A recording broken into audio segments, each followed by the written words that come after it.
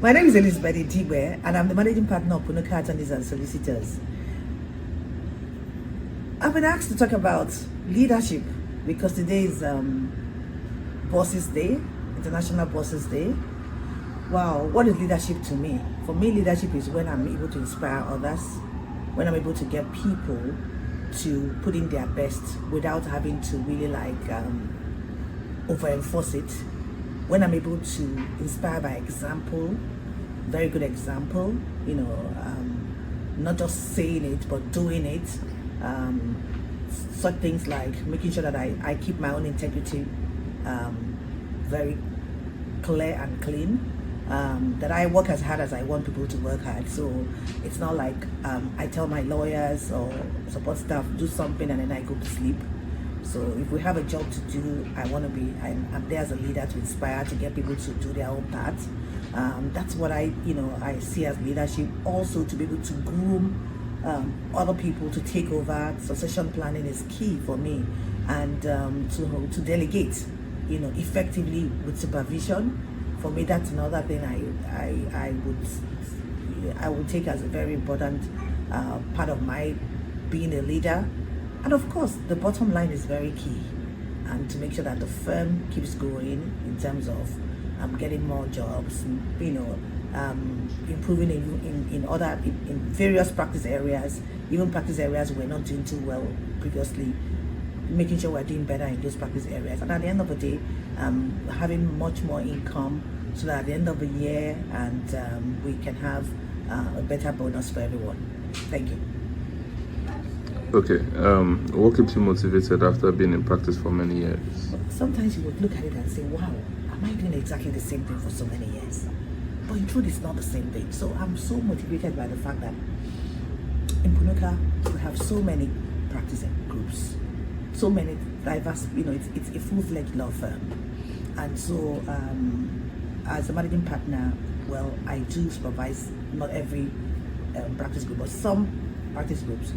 And amazingly, you keep getting jobs that are even more challenging than the ones you did previously. So it keeps me motivated when I get more complicated transactions, more complicated arbitrations, clients are asking questions from across the world.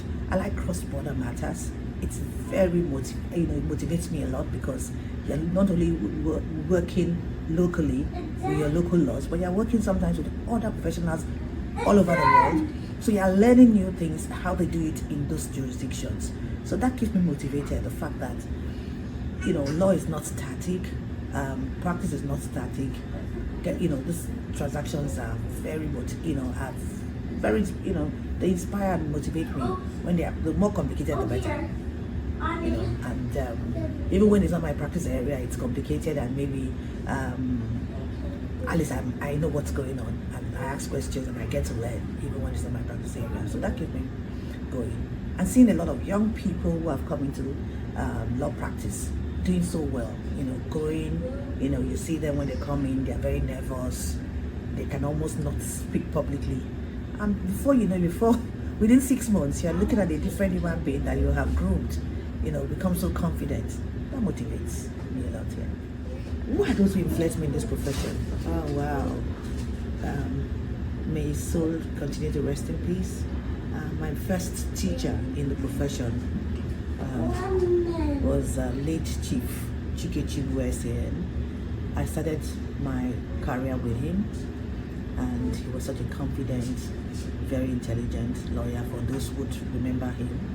And I learned that to be a lawyer, you must speak with confidence, you must be ready, you must study hard, be ready for your case. At the time I was doing litigation, mainly, even transactions, you have to make sure that, you go through, do proper research.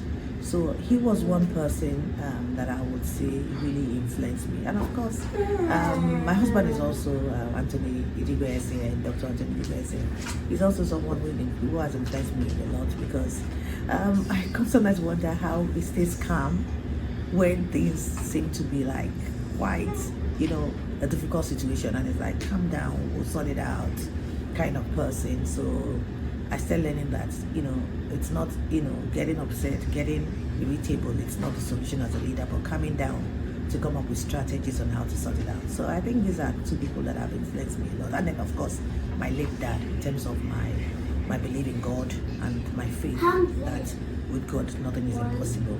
My late dad, Mr. Joseph D.K. Abiagom, is so continue to rest in peace. So on the traits that a leader should have, I think a leader must be somebody who can inspire others.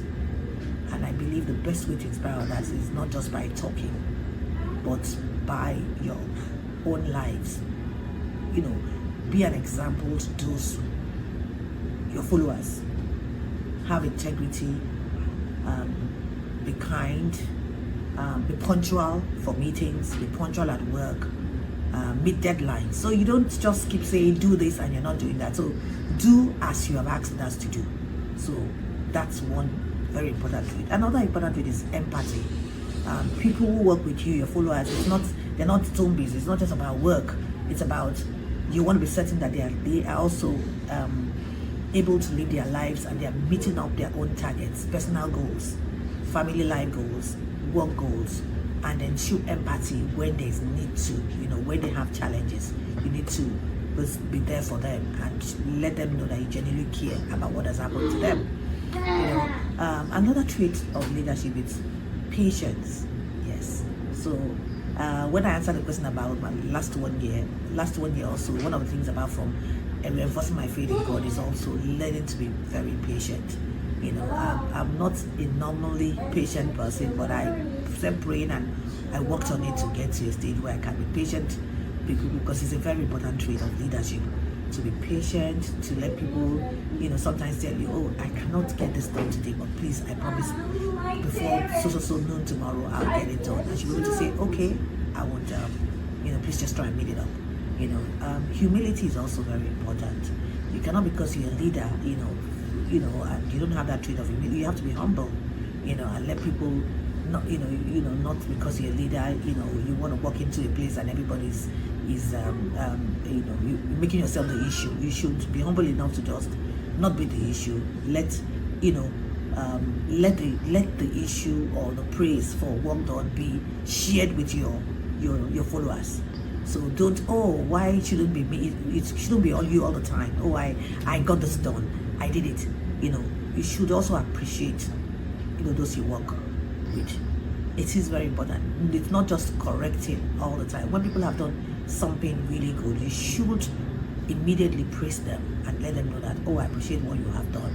So those, I think, are also very important. I can go on and on, of course, kindness is very important. You've got to be kind. Of course, you have to also be firm as a leader, because if you're not firm, the system can, the organization can crumble, and you don't want that to crumble under your watch.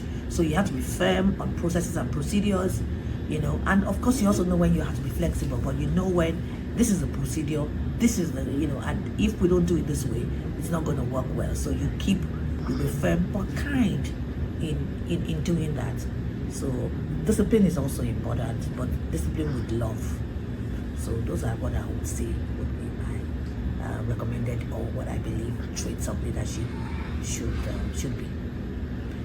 So I'll be wishing all my colleagues in Ponoka, God's blessings.